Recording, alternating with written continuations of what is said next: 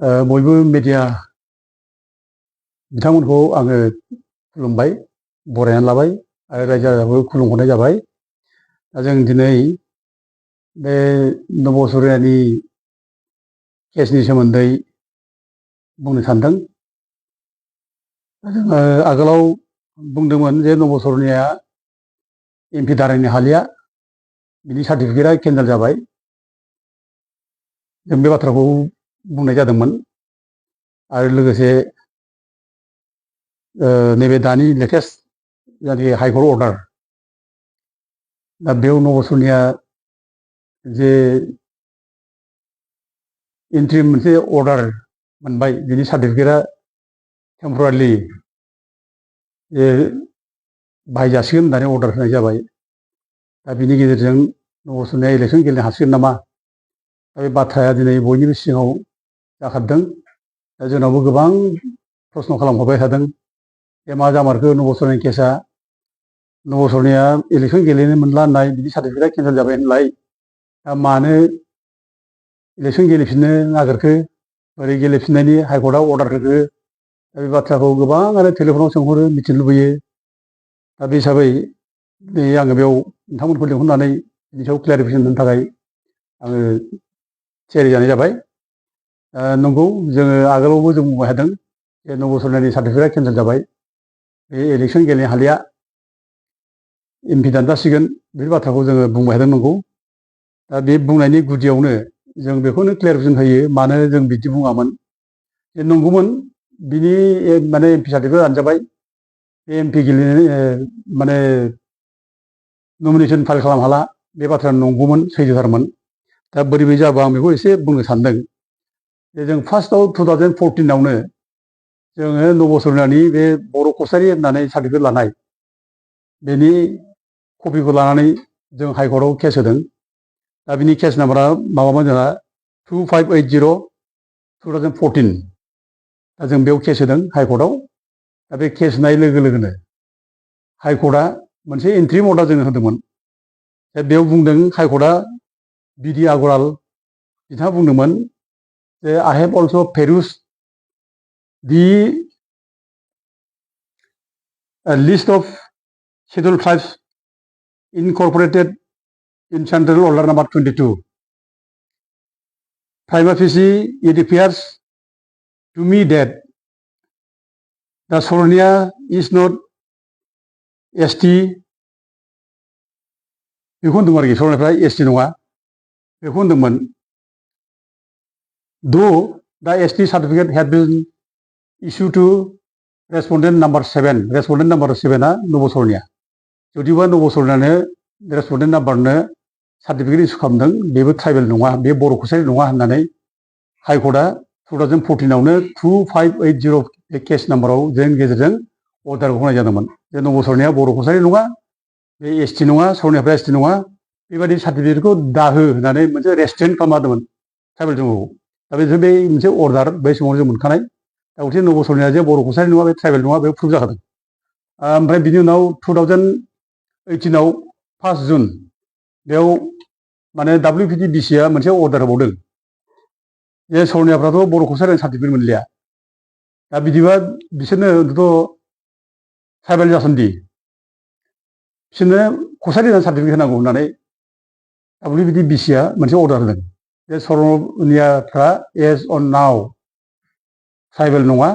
दा गथे बिसोर ट्राइबेल खालामनाय प्रसेसा जागासिनो दङ। दा बिसोरनो ट्राइबेल जासोनदि कसारि होननानै सार्टिफिकेट नांगौ, बे अर्डारखौ होदों 1 जुन 2018आव। दा बेयाव स्पस्ट लेखादों सरनियाफ्रा ट्राइबेल नङा, बिसोरखौ ट्राइबेल जासोनदि कसारि होननानै सार्टिफिकेट होनांगौ होननानै बुंखानाय दङ। गथे गावसिनि अर्डारानो बे कन्ट्राडिक्टरि अर्डार आरो सरनियाफ्रा ट्राइबेल नङा होनना बुंनाय, बेयावनो रोखा रोखा जाखादों। ओंखायनो जों बे अर्डारखौ लानानै जों आरोबाव केस होदों हाइकर्टआव।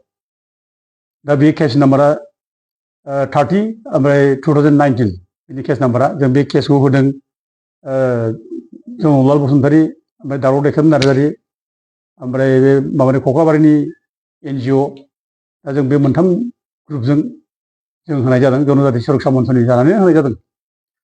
दा बे केसखौ होनाय जाबाय। ओमफ्राय केस होनायनि उनाव हाइकर्टआ बिसार खालामबाय। बिसार खालामनानै 2023नि 28 तारिख फेब्रुवारि खालि हाइकर्टआ अर्डार होबाय जे सरनियाफ्रा ट्राइबेल नङा ओमफ्राय बे ट्राइबेल नङै सरनियाफोरनो बर' कसारि होनायनि खुनु रुल्स गैया आयेन गैया कन्स्टिटिउसनेल अर्डाराव बे गोलैयाखै आरो संबिधाननि 342 आर्टिकल 1 क्लज ओमफ्राय 2 क्लज बेबादिब्ला माने आसाम स्टेटनिफ्राय खुनु रावखौबो एसटि खालामनायनि माने पावार गैया आरो अबेबा एसटिखौ माने मुं लानानै सोरबा एससि नङै मानसिनो सार्टिफिकेट होनो हाया बे हिसाबै हाइकर्टआव WBDBCआ बे गावसोरजे अर्डार होदोंमोन सरनियाफोरनो कसारि सार्टिफिकेट नांगौ होननानै बेखौ उइद्र' खालामना लादों दा गथिखे बे उइद्र' खालामनाय समावनो आरोबाव बे सरनियाफोरनि सिबां सार्टिफिकेट लानाय कसारि होननानै बा बर' कसारि होननानै लानाय बे इनभेलिड जादों सोलियाखै गासिबो सोलिया बे जाजोबदों गासिबो दा बे इनक्लुडिं नब सरनियानि केसआबो सार्टिफिकेटआबो बेयावनो इनभेलिड जाखाजोबदों आरोखि दा गथिखे सोलिया दा बेफोरखौ नायनानै जों बुंदों जे नब सरनिया एबार MP गेलेनो हालिया बिनि सार्टिफिकेटआ केन्सेल जाबाय रिजेक्ट जाबाय आरो सरनियाफोरनि माबायाबो सार्टिफिकेटआबो रिजेक्ट जाजोब्बाय बिसोरो बे बर' कसारि एबा कसारि होननानै सार्टिफिकेट लानाय बेजों खुनु बिसोरो सुबिदा लानो हालिया स्कुल कलेज एडमिसन लानो हालिया मेडिकेलबो एडमिसन लानो हालिया बे गेस एजेन्सि पेट्रल पाम्पनि लाइसेन्सफोर बेखौ मोननो हालिया जों बे बाथ्राखौ बुंनो हादों जितु बिसोरनि सार्टिफिकेटआ उइद्र' जोब्बाय दा बे नंगौ आरो दा बे अर्डारखौ माने गुवाहाटि हाइकर्टनि डिभिजन बेन्चआनो होदों डाबल बेन्च सिंगेल बेन्च नङा सिंगेल जाज नङा सानै जाजनि बेन्चआ बे अर्डारखौ होदोंमोन बे 30/2019नि जानाखि माने जों केस होनाय बे डाबल बेन्चनि अर्डार दा बे हिसाबै हालियामोन नब सरनिया गेलेनो हालिया जों बे खोथाखौ लानानै नब सरनिया एबार MP गेलेनो हालिया बेमोन आरो बिनि बादैबो आरोबाव जोङो माने माधुरि पाटिलनि जानाखि माने केस ल' जों बेखौ नायदों आरो उकिलफ्रा जोंखौ साजेसन खालामदों जे सुप्रिम कर्टआव माधुरि पाटिलनि केसनि ल' बादिबा बिनि अर्डार बादिब्ला बे सिकिउरिटि कमिटियानो बे सोरबा ट्राइबेल नङै मानसिया ट्राइबेल सार्टिफिकेट लानानै थादोंब्ला बेखौ बिजिरनानै दाननो हायो दा बेबायदि मोनसे अर्डार दं बेनिखायनो जोङो माधुरि पाटिलनि जायनाखि केस ल' बेखौ जों फल' खालामनानै उकिलफोरनि एडभाइस लानानै जों ज'नो थांनानै जोंनाव दा जों ज' थांनानै बे माबानाव Assam state level ST SC कमिटिनि चेयारमेन जोंहा कमल सिंह नार्जारि बिजनि MLA जों बेयाव ज' थांना हैदों जनजाति सुरक्षा मन्थ्रि जाना हैदों आरो बेयाव जोंहा एपइन्टमेन्टखौ लानानै दोनदोंमोन जोंहा गोजोनथाव ब्रह्म जोंमा कलेजनि जोंमा स्कुलनि प्रिन्सिपाल दा जों ज' थांनानै बेयाव हैनाय जादों दा बे हैनायनि उनाव कमल सिंह नार्जारिया गावनो बेखौ उनाव सिकिउरिटि कमिटियाव प्लेस खालामनानै सिकिउरिटि कमिटि दानानै जे सिकिउरिटि कमिटिया बेखौ माने बिसार खालामनाय जादों दा बेयाव जनतानि नामावनो होनाय जादों आरो जनतानि नामाव होनायनि खारना जाहैबाय जे आंनि नामाव मोनसे केस दं सुप्रिम कर्टआव नब सरनि एगेन्स्टनिनो दा सुप्रिम कर्टआव आंनि नामै केस दंब्ला सुप्रिम कर्टआव दा आं जुदि सिकिउरिटि कमिटियाव आंनि नामा जुदि थाबावनानै बायसान्स जुदि सिकिउरिटि कमिटिया रिपर्टखौ नेगेटिभ जुदि होयोब्ला गाज्रि होयोब्ला जोंनि एगेन्स्ट होयोब्ला नब सरनि पेपाराव जुदि होयोब्ला अब्ला सुप्रिम कर्टनि अर्डारा सुप्रिम कर्टनि केसा गाज्रि जागोन गाज्रि इम्पेक्ट गोलैगोन होननानै उकिला साजेसन होनायखाय जों माने जनरल दानि नामावनो बे माने कमप्लेनखौ सिकिउरिटि कमिटियाव नार्जारिनो कमल सिंह नार्जारि जों हैनाय जादों आरो दा कमल सिंह नार्जारिया प्रसेस खालामबाय प्रसेस खालामनानै बिनि उनाव सिकिउरिटि कमिटियाव माने बिनि गासैबोखौ नायबिजिरनाय जाबाय नायबिजिरबाय आरो बे समाव मन्थ्रिया चन्दन ब्रह्ममोन WBDBCनि मन्थ्रिया जोङो WBDBCनि मन्थ्रि चन्दन ब्रह्मनाव जों थांलायनानै बेखौ बुंलायनानै चन्दन ब्रह्मखौ जर खालामबाय जोङो बे माने थाब थाब खामानि मावनो हानाय बिनि सार्टिफिकेटखौ केन्सेल खालामबाय नब सरनियाखौ बे बाथ्राखौ जों बुंनानै होबाय दा बे हिसाबै 2019-2020 बिनि गेजेरावनो गासिबो डेभेलपमेन्टआ जाखाजोब्बाय आरो गासिबो माने माने नब सरनियानि जायनाखि हानि रेकर्ड लेन्ड हल्डिं रेकर्ड ओमफ्राय नब सरनियानि बिफानि सार्भिस रेकर्ड बेखौ नायजोब्बाय ओमफ्राय नब सरनि एडमिसन रेकर्ड नायबाय ओमफ्राय बिनि लेगेसि डाटा नायजोब्बाय ओमफ्राय लकेलफोरनिफ्राय जेसेबां दं बेखौ स्टेटमेन्ट लाजोब्बाय दा बेयाव मोनबाय नब सरनिया बर' कसारि नङा बे एखमबा सरनिया लिरो एखमबा दास लिरो एखमबा देखा लिरो एखमबा सुरकस लिरो बे हिसाबै बिनि सार्टिफिकेटआ केन्सेल जानांगौ होननानै माने स्कुलनि कमिटिया रिपर्ट कालेक्सन खालामनानै माने माबानाय जाबाय, बिनि सार्टिफिकेटखौ केन्सेलबो खालामहरनाय जाबाय। केन्सेल खालामनानै जों नुबाय जे बे माने माबा हालिया कनफार्म जाबाय, बे इलेक्सन गेले हाला। दा खिन्थु बियो हाइकर्टआव थांदों आरो आंबो बुंखादों आगोलावनो जे बेहाय एकमात्र उफाया बे हाइकर्टआव थांगोन बियो, हाइकर्टआव माने आपिल खालामहैगोन बियो। खिन्थु हाइकर्टआव थांब्लाबो बेहा लाब जानाय नङा, बे बाथ्राखौ आं आगोलाव बुंदों। दा बे हिसाबै बे हाइकर्टआव नै दाखालि थांबाय बियो, हाइकर्टआव थांनानै प्रे खालामहैबाय। हाइकर्टआव प्रे खालामनाय समाव बियो माने गोबां बाथ्रा बुंदों जे गावखौ माने मोजां स्कप होआखै, चान्स होआखै, गावनाव मोजाङै इनकुवारि खालामाखै, मोजां इनभेस्टिगेट खालामाखै, बे बाथ्रा बुंदों। आं बर' कसारिदार होनना बुंदों। दा कर्टखौ मिसलिडिं बाथ्रा होननानै बे माने बे कर्टनिफ्राय इन्ट्रिम अर्डारखौ बिनानै लादों। दा इन्ट्रिम अर्डारखौ बेनो हाइकर्टआ होनाय जाबाय। दा बे इन्ट्रिम अर्डार होनाया सिंगेल बेन्चनिफ्राय होनाय जादों, डिभिजन बेन्च नङा, बे सिंगेल बेन्च। दा साननो गोनां बाथ्रा बेनो जे दिनै नोङो आं दहाय बुंनाय बायदि जे 2019 जारि माने केस जों होनाय, जनरल दा होनाय, आं होनाय, ओमफ्राय माबा होनाय, कख्लाबारि होनाय, बे माने केसनि रिजाल्ट बादिबा बेयाव माने डाबल बेन्चआ होनाय सार्टिफिकेट उइड्र खालामनाय, दा बेखौ सिंगेल बेन्चआ खुनुदिन बेखौ माने माबानो नाङा, बेखौ बिनि सायाव इन्टारफेयर खालामनो हाया आरोखि, इन्टारफेयर खालामनो हाया। बेनि सायाव डाबल आरोबाव माने सिंगेल बेन्चआ मोनसे गोदान मोनसे अर्डार माने जारि खालामनो हाया। दा बेखायनो नैबे जायनाखि सिंगेल बेन्चनिफ्राय नबसरियानि सार्टिफिकेट इन्ट्रिम अर्डार होननानै बेखौ सोलिथ'नो हागोन होननानै जायनाखि बुंफिनबाय, बे जिनिसा बै डाबल बेन्चआव जायनाखि अर्डार होनाय, बे अर्डार होनायखौ मा रोखोम बेखौ माने कन्ट्राडिक्ट खालामगोन, बेखौ मारै केन्सेल खालामगोन, बे जिनिसा खोब दुखुनांथाव साननांगौ बाथ्रा। दा जों नुनायाव बे डाबल बेन्चआ होनाय अर्डार, बे सरदारफ्रा ट्राइबेल नङा, सरदारफोरनो ट्राइबेल माबाया गासिबो उइड्र खालामना लाजोबनाय बाथ्रा। बे अर्डारखौ नायोब्ला बे नबसरनिया फैगौ इलेक्सनावबो बे कन्टेस्ट खालामनो हाया। बेखौ नायोब्ला जितु बे डाबल बेन्च जानाय अर्डारखौ सिंगेल बेन्चनि जायनाखि माबा जाज होनाय, बेखौ माने आरो गोदान अभार माने माबा खालामनो हाया, अर्डार खालामनो हाया आरोखि। दा दुखुनांथाव जाबाय। दा थेवबो जितु बिनि सार्टिफिकेटआ इलिगेलबाबो, केन्सेल जाखाबायब्लाबो, सिकिउरिटि कमिटिया बिनि सार्टिफिकेट केन्सेल खालामना हरबायब्लाबो, दा जितु बिनि जानाखि सार्टिफिकेट केन्सेल जाखानाय, सोलिला होनखानाय, बे सोलिला होननाय सार्टिफिकेटखौनो आफादत माने बेखौनो इन्ट्रिम अर्डार होननानै सोलिथ'बाय होनना बुंनाय जादों, थारमाने बाहायथ'नो हागोन होननाय जादों जेब्ला। दा बेखौनो लानानै हयथ' एबार इलेक्सनाव बियो गेलेगोन, ओमफ्राय बेखौ इलेक्सन गेलेनो थाखाय स्कप होनाय जाबाय नैबे दानि हाइकर्टनि दानि इन्ट्रिम अर्डार आरोखि। दा बेखौ जों बुंनो हायो। आरो खुनु अफिसारा बोधहय रिक्स लानानै बेखौ बिनि केन्डिडेटनि जायनि नमिनेसन पेपार, बेखौ बोधहय रावबो रिटार्निं अफिसारा केन्सेल खालामनाय नङा, बेनि माबाया एक्सेप्ट जागोन। दा जों बेखौ सानो। दा दुर्भाग्य जाबाय, दुखु मोनथावथाव जाबाय। हाइकर्टनि अर्डारा मोजां जायाखै, बे गनायथाव नङा, जों बेखौ बुंगोन आरो बयबो बुंदों। आरो लोगोसे बे हाइकर्टनि बे अर्डारनि एगेन्स्टै जों बारा खोथा बुंब्ला कर्टआथ' जोंनि सायाव माने गाज्रि मोनसे माबानो हागौ, बे हिसाबै जों बुंनोबो हाला। आबदाराव जा अर्डार होबाय जों बेखौ मानिना लानो गोनां जायो। दा थेवबो बे केसा जिथु स्टेट भार्सेस नब कुमार सरनिया जादोंमोनथ', नब कुमार सरनिया स्टेट गभर्नमेन्टनि एगेन्स्टै होदोंमोन। मानोना स्टेट गभर्नमेन्टआ बिदि बिसि ओमफ्राय स्कुलनि कमिटिया बिनि सार्टिफिकेटखौ जितु केन्सेल खालामहरदों, बिसोर बिनि एगेन्स्टै बे केस होदोंमोन।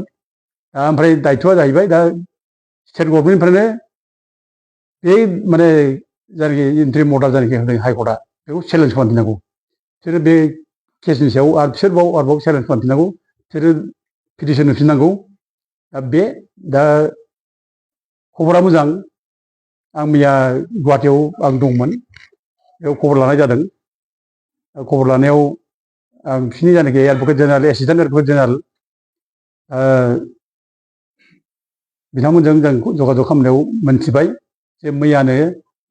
माबाया स्टेट गभर्नमेन्टनिफ्राय एडभकेट जेनेरेला पिटिसनखौ फाइल खालामबाय। दा बे पिटिसनाव होदों जे नबसरियानि जायनाखि इन्ट्रिम अर्डार, बेखौ केन्सेल खालामफिननांगौ। जायनाखि सार्टिफिकेटखौ जायनाखि स्टे अर्डार होदों इन्ट्रिम, दा बेखौ केन्सेल खालामनांगौ, बेखौ क्वास खालामनांगौ, ओमफ्राय सेट एसाइड खालामनांगौ होननानै बिसोरो मैया मोनसे पिटिसन होबाय। मोजां बाथ्रा। हयथ' बिनि सार्टिफिकेटआ नबसरियानि सार्टिफिकेट जायनाखि लानाय इन्ट्रिम अर्डार मोननाय, बे हयथ' जिखुनु टाइमाव बेथ' केन्सेल जाफिननो हागौ आरोखि दा टाइम लानोबो हागौ बेथ' गाबोन बे जुदि केसा गाखिब्ला गाबोन मा जायो बेखौ नायनांगोन जिहेतु मैयानो बिसोर माने स्टेट गभर्नमेन्टआ होनाय जाबाय केसखौ फाइल खालामबाय दा गाबोन गाखिब्ला गाबोन मा रिजाल्ट फैयो बेखौ नेनांगोन आरो बिनि बादै हयथ' टाइम लायोब्लाबो बे इलेकसन गेलेखांब्लाबो हयथ' देरहाबायब्लाबो बेयो जिखुनु टाइमावनो बिनि सार्टिफिकेटआ केन्सेल जाफिनगोन आरोखि दा जिहेतु बिसारा दिन दाबो बिसारावनो दङ आरो बिनि जायनाखि सार्टिफिकेट बेखौ माने जिहेतु इन्ट्रिम आफादखौ सोलिथ'नो थाखायल' बिसार जोबसान्दि बेखौल' होनदोंथ' बिसार बे गोबाव थांनाय नङा लास्टिं जानाय नङा जों बेखौ दिनै रोखा माने रायजो राजानि सिगाङावबो बुंनो हायो ओमफ्राय मोनसे बाथ्राखौ जों बुंनो हायो नबसरनाया गावबो बेबायदि एथ' दुरबल माबाखौ लानाय बे गावबो एथ' मनबल जों बे जे इलेकसन गेलेनाय साहस बेनो नङा आरोखि एथ' मनबल मोनगोन बे नङा आरोखि मानोना बिनि सार्टिफिकेटआ एट एनि टाइम एट एनि ममेन्ट बिनि सार्टिफिकेटआ माने केन्सेल जाफिननो हागौ आरो बिनि जायनाखि माबा इन्ट्रिम अर्डार सार्टिफिकेटखौ आफादाव सोलिथ'गोन होननाय बाथ्रा बे खहासो जानो हागौ आरोखि आरो सेदायसाय जागोन जिखुनु टाइमावनो जों बेखौ दिनै बुंनो हायो थेवबो जोंहा बे केसाव जनरल दानि नामावनो माबानो जेब्ला जोङो स्कुलनि कमिटियाव होदों जेब्ला बिनि नामै होदों जेब्ला दा बेबो केसखौ होनांगौ होननानै जों दाखालि आं कन्टेक्ट खालामदोंमोन खिन्थु आंथ' कन्टेक्टआव मोनाखिसै आं अमरसिं ब्रह्म बिथांखौ बुंहरनानै अमरसिं ब्रह्म रायलायदों जोङो केसखौ होनांगौ थाखा फैसा गिदिर खोथा नङा जों जेरैखाय मेनेज खालामोन जों एथ' गोबाव 15 बोसोर जों जुजिनानै जों फैबाय दिनै आरो बेयाव जों दिनै मानो थाखा फैसानि थाखाय सिन्था खालामफाले जों मेनेज खालामगोन जेरैबाबो आं माबाखौ बुंहरनानै अमर सिंखौ बुंनानै अमर सिंआ रायलायदों जनकदाजों ओमफ्राय जनकदाया होनदों माने नैबे माबाखौ स्टेटआ मा माबा होयो बिसोर पिटिसन होनो हाया बेखौ नायग्रोनोसै होनना बुंदों दा बिसोर पिटिसन होया बेजोंबो खोथा गैया जोंहाबो जों होनांगौ बे बाथ्राखौ जों बुंलायदों आरो लोगो लोगो आं एडभकेटजों दिनै एडभकेटजोंबो रायलायनाय जादों जे पिटिसन होनांगौ द्राफ्ट खालामनानै रेडि जाखादो जेरैखिया माने होनांगौ आरो जनकआबो सयजोबो होथोंसै थाखा फैसा खरसखौ जों बानलायलायगोन ज' ज'नो आगानबो मावदों जेब्ला बे बाथ्राखौ बुंनाय जादों बिसिम जेखि जाया माने ओरैनोबाबो जनकदाया मोनसे रेसपन्डेन्ट नाम्बार 8आव बे दंखायो दा हिसाबै बे केसाव जोंनि उकिला प्लिडिं खालामनो हायो आरोखि बुंनो हायो आरोखि दा बे खिन्थु दुखुनांथाव बेनो मोनसे खोथा आं बुंनो लुबैयो जे हाइकर्टआ एथ' जे माबायदि अर्डार लिरो माबायदि माबा खालामो जे एथ' नेग्लेक्ट जाथाव माने नेग्लेक्ट खालामनाय बायदि बाथ्रा दा आदा जनकनि नामखौथ' होबाय जनकलाल बसुमतारी ओमफ्राय बिफा नाम होननाया माबा जालायबाय जोंनिया लक्ष्मीकान्त हुरुकस होननानै जालायबाय आरोखि लक्ष्मीकान्त हुरुकसआ नबसुरियानिसो बिफा दा बे आरोखि दा बेखौ मानो होखो बे माबायाव दा बेखौ कारेक्सन खालामनांगौ आरोखि कर्टफ्रा बिदि खालामनाया खोब नेग्लेक्ट खालामनाय बायदि जायो आं खोब दुखु मोनो आरोखि बे लक्ष्मीकान्त हुरुकसनिसो फिसाला जाबाय जोंना जनकदाया आरोखि दा बिदि खालामनांगौमोन कारेक्सन जानांगौमोन आरोखि बे मृगेन्द्रनाथ नार्जारि माने बसुमतारी बे फैनांगौ खिन्थु लक्ष्मीकान्त हुरुकस बे भुल जाबाय दा जेखि जाथों जों माने बे कर्टनिफ्राय मोजां थाब रिजाल्टखौ जों मोनगोन होनना आसा खालामो आरो जोंनि आइ आफा रायजो राजाफ्रा गोसो बायनाङा आशीर्बाद हो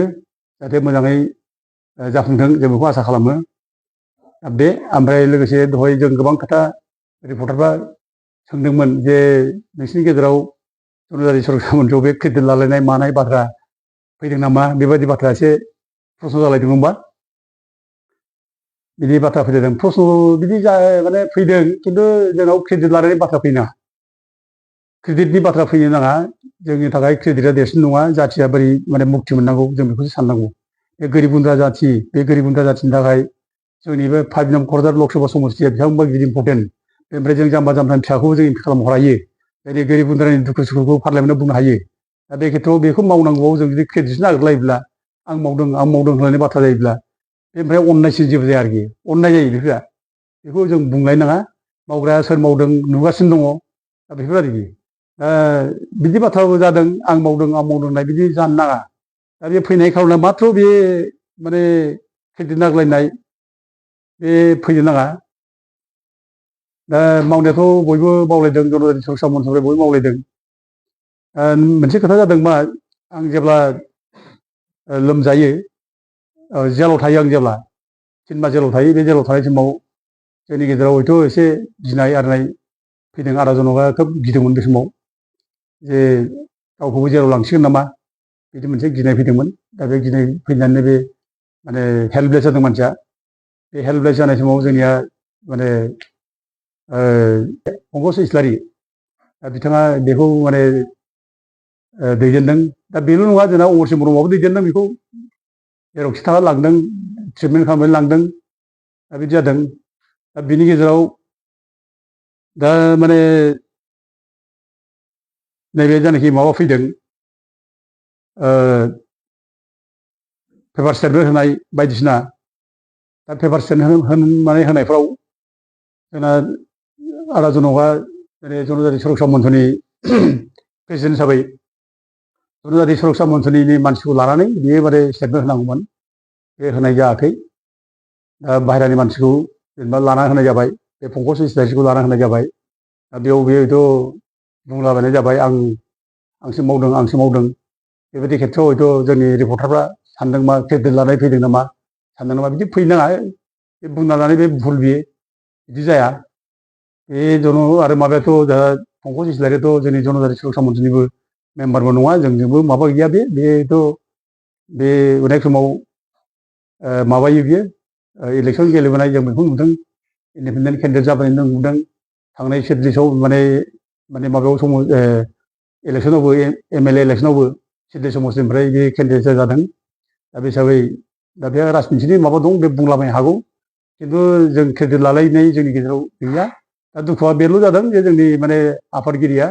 जनजाति सुरक्षा मन्चनिनो नेताफोरखौ दैदेनगिरिफोरखौ मावथिफोरखौ लाफानानै बुंनांगौमोन बेयाव आफसुस जादों दुखु जादों दा बुंनो थाङोब्ला आं मावदों होननाय बे लेभेलसिम बुंनोनो हाथावथाव नंखाथारा मानो होनोब्ला बे सिकिउरिटि कमिटियाव जोङो थांनो गोनां जायो माबानाव चन्दन ब्रह्म मन्थ्रि चन्दन ब्रह्मआ मन्थ्रि जानाय हिसाबै सिकिउरिटि कमिटिखौ बे अर्डार होगोन बे अर्डार बादि सिकिउरिटि कमिटियाव मावगोन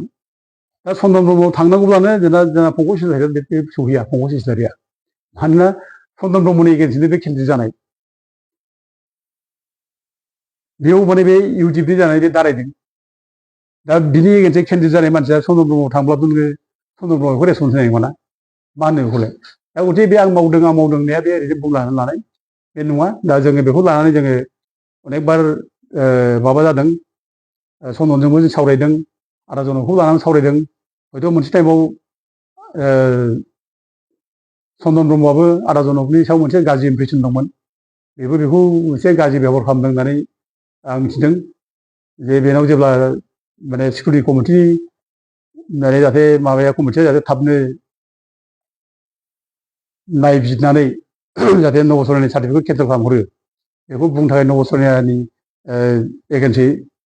माने माबानाव थांदोंमोन चन्दन ब्रह्मनाव आदा जनकआ बे समाव जों दाखौ खोब गाज्रि बेबहार खालामदों बे बुंदों नों एन्टि ससियेल मानसि माने समाज बिरोधि मानसि नोङो माने नोङो समाजखौ गुबुंले खालामबाय नोङो बिदि होनना रायनानै बेखौ गाज्रि बेबहार खालामनानै जों बेखौ मिथिदों थेवबो जोङो बेखौनो लानानै चन्दनखौ लानानै आरोबाव दा जों ज' थांनाय फैनानै आरोबाव न'आव थांनानै जों रायलायनानै ओंखाम जालायनानै आरोबाव बिन्था पेगु WBTBCनि सेक्रेटारि बिन्था पेगुखौ लेंहरलायनानै बियो चन्दन न'आवनो जों रायलायनानै बे सिकिउरिटि कमिटियाव थाबनो जाहाथे जोंनि माबाया जायनाखि सार्टिफिकेट इसु नबसरनानि जायनाखि सार्टिफिकेट बेखौ केन्सेल खालामो बेखौ जों थाबनो माबानानै जोङो चन्दनखौ माबादों खावलायदों गथिखे बेयाव आं मावदों बे जाया दा जों जुदि जनजाति सुरक्षा मन्चआ गैयाबा चन्दननिसिम थांनो हायै अबस्थामोन जोंहा इभेन जोङो माने जोंनि माने बे पिटिसनानो सिकिउरिटि कमिटिसिम थांना थाङामोन बाथ्रा बे आरोखि जों जुदि ज' मावलायाबा ओंखायनो जों ज' मावलायनांगौ जों ज'यै थालायनानै जों मावलायनांगौ बेयाव आं मावदों होननाय क्रेडिट लालायनाय बे जाना बे खोब भुल समस्या दाबो जोबाखै जोंहा दा नैबे जायनाखि नबसरनानि माबा बेखौ माला जोबो जों बेखौ जेरैखिया माने नोजोर होनांगौ आरो स्टेट गभर्नमेन्टआ जायनाखि दा मावबाय दा जों बेखौ नोजोर होनांगौ जाहाथे स्टेट गभर्नमेन्टनि जायनाखि माने पिटिसन बे पिटिसननि गेजेरजों जों जाहाथे थाबनो रिजाल्टखौ मोनो जों बेखौ बयबो इसोरनाव आर'ज गाबनांगौ आरो लोगोसे मोनसे प्रब्लेम जोंहा दंबाय दा दिनै बिटिसिआव माने जोंनि माने बिटिसि एरियायाव क'क्राझार लकसभा समस्तियाव गुबुन ट्राइबेल नङि मानसिफ्रा दिनै दारायनायनि मोनसे माबा नाम ओंखारगासिनो दङ दा जों बेखौ बोरै होबथानो जों बेनि थाखाय जों दिनै ज' जालायनांगौ दा जोङो अबयसे जाय मानसिनि जों नाम मोन्दों ट्राइबेल नङि मानसि MP जानायनि जायनाखि नाम लिस्ट ओंखारदों दा जों बे लिस्टनि एगेन्सै जों बिसोरनि नामखौ जोङो अलरेडि कालेक्ट खालामदों टटेल माने डिटेल माने माबाखौ पलिसिखौ जों नागारदों दा जाहाथे जोङो बिसोरखौ जाहाथे इलेक्सन गेलेनायनिफ्राय बादा होनो हायो होबथानो हायो दा जों गतिके जों बेफोरखौ मावनो थाखाय ज' जालायनांगौ ज' नांलायनांगौ दा जों बेयाव केन्डिडेट नागिरलायनानै आइदस होलायनाय केन्डिडेट नागिरलायनानै माने गावखौनो गाव माने गावनि केन्डिडेटखौ नस्थ' खालामनाय बे जानो नाङा दा जोङो जुदि केन्डिडेट नागिरलायोब्ला जोंनि केन्डिडेटआ नस्थ' जायो बेखौ जों बुजिनाया मोजां आरोखि दा बेखिनि गतिके आं दिनै बेखिनि प्रेस मिटखौ होनाय जाबाय बयबो रायजो राजाफोरा जाहाथे धैर्य लानानै थायो आरो जों धैर्य लानानै जाहाथे आसा खालामो जे नबसरनाय एनि ममेन्ट बिदि कास्ट सार्टिफिकेटआ केन्सेल जागोन जों बेखौ बिसासाव लानांगौ हयथ' बियो MP जालांबायब्ला बायसान्सआव बेथ' मास मोनसे मोननै जिखुनु टाइमावनो बिनि सार्टिफिकेटआ केन्सेल जानांगौ जों बेखौ आसा खालामो आरो दा गोजोन्थों रायजोफोर आं बयखौबो खुलुमबाय।